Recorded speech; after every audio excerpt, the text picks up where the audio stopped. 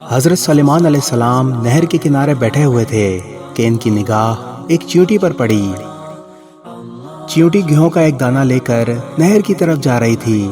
حضرت سلیمان علیہ السلام اس کو بہت غور سے دیکھنے لگے۔ جب چیونٹی پانی کے قریب پہنچی تو اچانک ایک مینڈک نے اپنا سر پانی سے باہر نکالا۔ مینڈک نے اپنا منہ کھولا تو چیونٹی اپنے دانے کے ساتھ اس کے منہ میں چلی گئی۔ مینڈک پانی میں داخل ہو گیا اور تھوڑی دیر تک پانی میں ہی رہا۔ حضرت سلیمان علیہ السلام اس کو بہت غور سے دیکھتے رہے۔ تھوڑی دیر بعد مینڈک پانی سے باہر نکلا اور اپنا منہ کھولا تو چیونٹی باہر نکل آئی، البتہ اس کے ساتھ دانہ موجود نہ تھا۔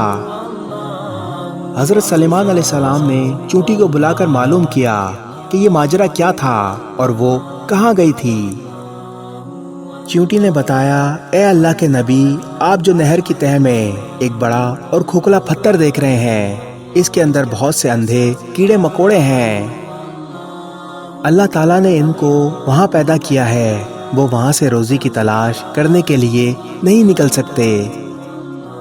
اللہ تعالیٰ نے مجھے ان کی روزی کا وکیل بنایا ہے، میں ان کی روزی اٹھا کر وہاں لے جاتی ہوں۔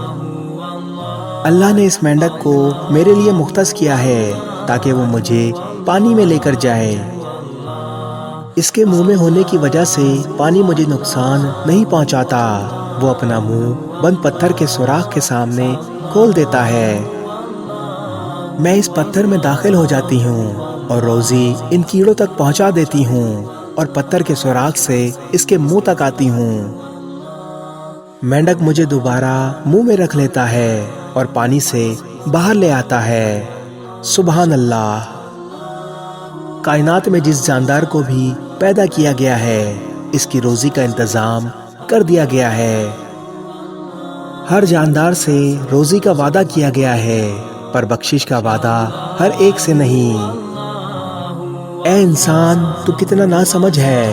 جس چیز کا وعدہ اللہ نے تجھ سے کیا ہوا ہے تو اس چیز کے پیچھے بھاگتا ہے، اور جس چیز کا وعدہ تجھ سے نہیں تو اسے بھول بیٹھا ہے۔ اے بندے، رزق تیرے نصیب میں جتنا ہے وہ تجھے مل کر رہے گا۔ اگر ایک ذرہ بھی تیرے نصیب میں ہے تو اسے حاصل کیے بنا نہیں مر سکتا۔ اے بندے، اگر فکر کرنی ہے تو آخرت کی کر۔ اس ویڈیو کو شیئر ضرور کریں، ہو سکتا ہے آپ کے ایک شیئر سے یہ بات کسی کے دل میں اتر جائے۔